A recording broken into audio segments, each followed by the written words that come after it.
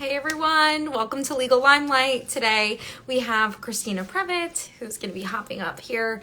But this is a really fun show that we do. We are on every Thursday and we talk about, we basically spotlight industry legal leaders. We talk about all things that they're doing. And Christina is really a powerhouse with all of her ventures. She's a podcaster, she's an attorney, she's now studying to become a journalist, so I'm really excited. Christina, we're going to have you come up on stage. Okay, just got you up here. Hello there. Hi, how are you? Oh, I'm good. I hope my lighting is good. Yeah, you're great. I have like my mega ring light on today. Yeah, I need one of those because you are nice and bright. It's a little overcast today where I am. Christina, how are you? I'm good. How are you? I'm good. We have to catch up. And so we do these lives to give the benefit of everyone else to hear your wisdom and share your tips. Yeah, you sort of eavesdrop on our usual conversations. Yeah. So I'm going to give you a quick introduction. Christina is the co-founder of NetSquire. She's practiced exclusively divorce law and family law since 2004. She was born and raised in New Jersey. Woohoo! And she's a veteran of Rutgers University. So Christina is a super lawyer, rising star, and she's been on super lawyer lists numerous times. She's one of the top attorneys in her space, and now she is also studying her journalism career, which you have to tell us all about where you're studying and why you're doing it. But she's also the host of several really interesting podcasts, so you need to follow her if you don't already. Just click on, if you're watching this live, click on the arrow and you'll see the Prev. You can just tap and follow her. And if you're watching the recording, follow her at the Prev. Christina, I'm so happy to chat with you today. Thank you. Thank you for inviting me. I love what you're doing. Thank you. Okay, so I want to start with really tell us. I want to just dive in. Where are you at in your career now, and have you made a pivot? I sure have made a pivot, a pretty good pivot. So I've been practicing law for close to 20 years. I did exclusively divorce and family law during that time. And there just came a time where I just didn't feel fulfilled by the field anymore. And I tried to kind of shake it off because when you go to law school, you know, you do something that time intensive, you kind of feel like that's it. You know, you're done. That's what you have to do the rest of your life. And probably anybody in any profession feels that way. But that feeling just wouldn't go away, that this just wasn't fulfilling anymore. And I really became profoundly unhappy. And I wanted to kind of figure out what now. Okay. And so as a creative endeavor, I started my podcast about 3 years ago, Wake Up Call. And I really loved it. And it kind of started out just as a hobby, and then I turned it into a little business. And then I realized from doing the podcast that I really want to learn more about telling people stories and expand far beyond the podcast. And so I went to journalism school, and I'm at Columbia University. I just started in the fall, and I'm pursuing a master's degree in journalism. And I'm so excited. I love being there, and I'm so excited for whatever opportunities are going to come my way. Oh my gosh, that's so really incredible. Are you continuing with what you're doing now, or are you going all in? Are you just studying and doing journalism full time? Well, I'm doing journalism at least part-time. It's a pretty intensive program. So even though it says part-time, there's plenty of work to do. And luckily, because I've been wanting to get out of litigation for quite some time now, my business partner and I have started NetSquire, which you mentioned. And that's really going to kind of take over for the law firm. So the law firm that just does typical litigation, you know, the typical divorce that people know of, we're not going to be doing that. We're phasing that out. It'll be closed by the end of the year. Wow. And then, yeah, I'm excited about that. And then NetSquire is real. I'd like to think of it as a disruptor in the divorce industry. There really isn't anything like it right now. It's online mediation services for people that are committed to having an amicable, easier, quicker, cheaper, emphasis on cheaper divorce, Wow. and online document prep services. And so we provide one affordable flat fee for people that want to get a divorce. And there just isn't anything like that in the market right now. I've always thought it's so sad how much, being a lawyer, it might seem odd for me saying this, but how much a divorce costs. And so we created this other thing that doesn't really exist. And I hope that it serves the community well. It's amazing. I know. I was taking a look. I'm looking at it right now behind my camera. So, Yeah. okay, when did that idea come about? Was it because of the pandemic? Well, actually, this idea, the seed, was planted probably back in 2014, around there. And my partner, John, and I, we kind of started to do it, but because we had the law firm, that was really taking up all of our attention. Mm-hmm. And as time went on and we really became increasingly unhappy with litigation and saw that there's just this huge gap in the market for people that don't need that and can't afford it, we started to really pay more attention to the little seedling business that was NetSquire, and just decided, you know what, if we're going to have to go all in, we can't just do this halfway. Which is advice I would give anybody. If you have a little side business and you don't want it to be the side business, there just has to be a point where you have to say, I'm quitting whatever is taking up all my time, unless it's something that really lights you up. And I'm going to just throw myself into the side business and make it my primary hustle. And that's what we're doing finally after all these years. It's so amazing because, the reason why I do this show is because all other lawyers have to hear this. I know that there's a lot of depression and burnout and a lot of anxiety in our industry. And I think it really does come to people not being fulfilled anymore and losing their passion. You go to law school, you spend 3 years and a chunk of money investing in it, and you feel like you have to either pay off student loans and you'll take any job, and then snap your fingers, you're 10 years down the road and you're like, holy crap, how am I here?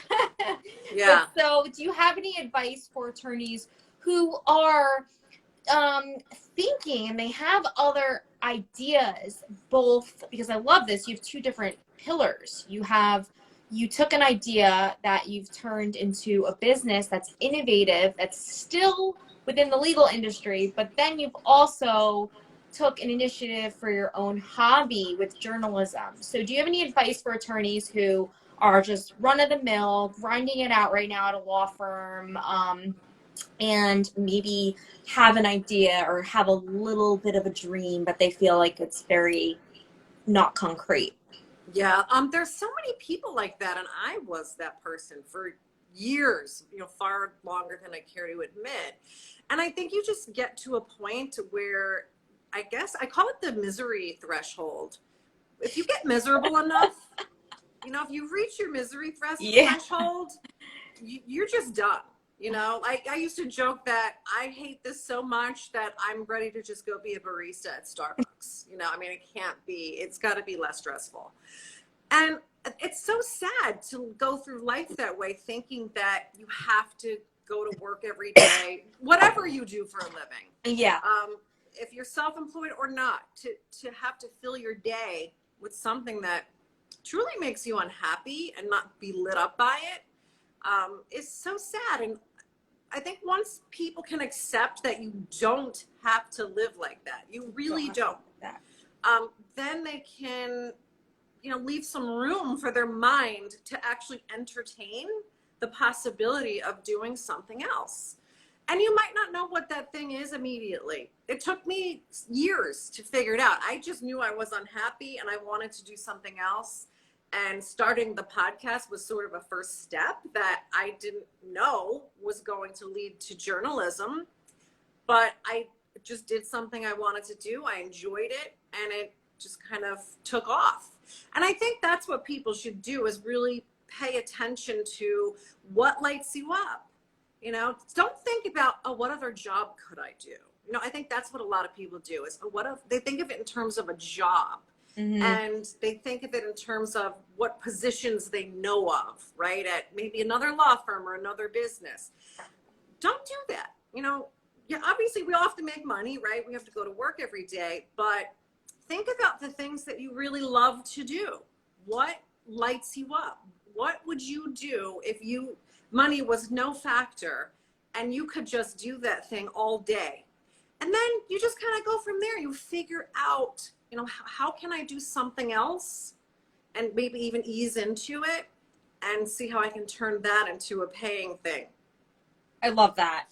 And, I hope everyone listening and watching the recording too understands that, because there's always going to be a point where you feel like you've reached either your threshold or things have become really routine with work. And rather than just get in this mold and this path where you feel like you can't get off, it's really important to know that you are the creator of your world. You can decide exactly what you want to do and who you want to do it for. And so I think just having that mindset and like an open mind, because we're so focused. I mean, since day one of law school, even interns, you get a job, and then when you get a job, make sure you position yourself to become a partner or climb up the ranks. It's like this go, go, go, go, go. And what happens is you're just making other people rich and you're trying to please other people.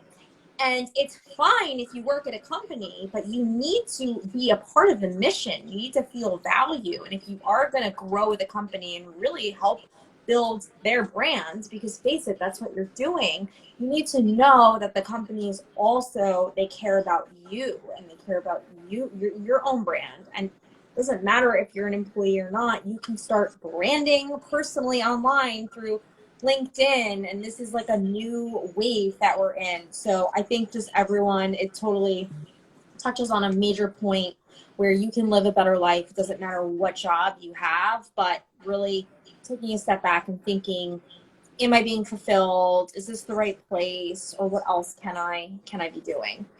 Yeah, I mean, I think people put too much pressure on themselves to think, okay, what job am I going to have? And I have to make at least as much money as I do now. And all that noise in your head can deter you, from even looking further into anything else. You just sort of become paralyzed. Like, yeah. Oh, I can't do this. You see all the reasons why you can't, and not any reason why you can, which is a great, Facebook wisdom. We've probably all seen that floating around the internet, right? And it's so true. See the reasons why you can and not why you can't. I just firmly believe that life is too short, or maybe too long, to be miserable. Maybe it just sounds cliche, but I don't want to be miserable, and I don't think that I have to be. And maybe that the transition doesn't happen easily or quickly, but if you don't even try, the transition will never happen. You'll just stay stuck in, whatever's making you unhappy. And that applies to not just work. That could be a marriage, a relationship. It could, a business relationship. It could be whatever it is in your life that is, you just kind of identify as that thing that's dragging you down. Definitely. No, and so I love what you're doing. And are you still sticking with the podcast, or as you grow and learn more about journalism, or are you going to relaunch? Well, I have the podcast. I like I said, I started the podcast because I love doing it, and I still love doing it. I just would like to expand beyond that. So that's what I'm hopefully going to figure out as I continue on at Columbia. But I do still have the podcast going. And I don't feel as much pressure to produce every week for the show. When I've come across someone that I want to interview that I think is interesting, has an interesting story, then I'll invite them on and I'll do it and I'll publish it. But other than that, I don't feel pressure to just produce it, every week just because. That's amazing. That's great. So, okay, I like to keep these short. I do want to ask you, because this is Legal Limelight, and we try to talk about intellectual property. Have you used intellectual property at all for any of your businesses or for yourself personally? I have, and I appreciate your sharing so much of your expertise and your knowledge on your Instagram page, because you've brought up so many things that, even though I like to call us big fancy lawyers, if you don't do that kind of work, it can sort of be lost on you that, hey, maybe I do need a trademark for something. And so I have worked with you, full disclosure.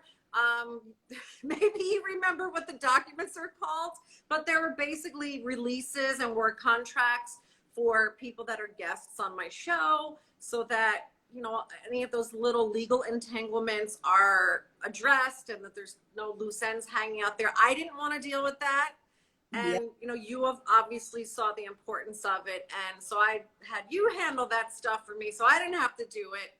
And I appreciate that. And I think everybody should do that. I think that's something that gets lost, as we're attorneys, right? I'm a divorce lawyer. I give legal advice about divorce, but sometimes we kind of forget that even as lawyers, we need lawyers, right? Definitely. So protect your intellectual property.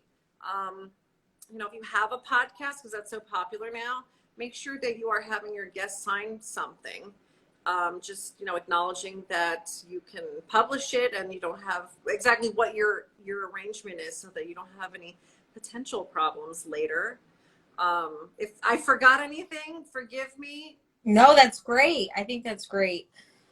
So Christina, I like to, end with one point of advice. What would be your advice to someone who is just, they're at a firm, they have lost that fulfillment, but they really feel stuck? What is your advice to that person, or a company, a law firm or a company? Well, I think first and foremost, you just have to give yourself permission to, like I said earlier, entertain the possibility that you don't have to be there. You're not stuck there. You're not a prisoner. I was just saying this to someone who was complaining about their job. You're not a prisoner there. You're there by choice. Mm-hmm. So if you don't like it, figure out something else. Find a coach if you need to. Look out there, explore your interests, and figure out what else you can do. And don't be afraid to try something new. You don't have to know for sure that it's, a new job is going to work. Maybe it will, maybe it won't. But Oprah always says that failure is just kind of redirecting you Without you knowing it. Yeah. Oh, I love that. Okay, Christina, thank you so much. So where's the best place where people can find you? Well, if you wanted to reach out to me, you can find me at The Prev. So you can just follow me on Instagram. And I do have, for those of you who might be thinking about starting a podcast, but you're sort of stuck or procrastinating because you don't know how to get started, I have a podcast Kickstarter program where we can work as fast or as slow as you want to get your podcast up and running. And I pretty much do all of the setup for you. And I call it like a turnkey podcast. So if anybody would be interested in talking to me more about that, just DM me on Instagram. Amazing. Thank you so much, Christina. And thank you everyone for tuning in. We're here every Thursday. This is Legal Limelight. Remember to protect and invest in your brand and invest in yourself. Everyone have an amazing rest of your week, and we'll see you next Thursday. Thank you. Bye. Bye.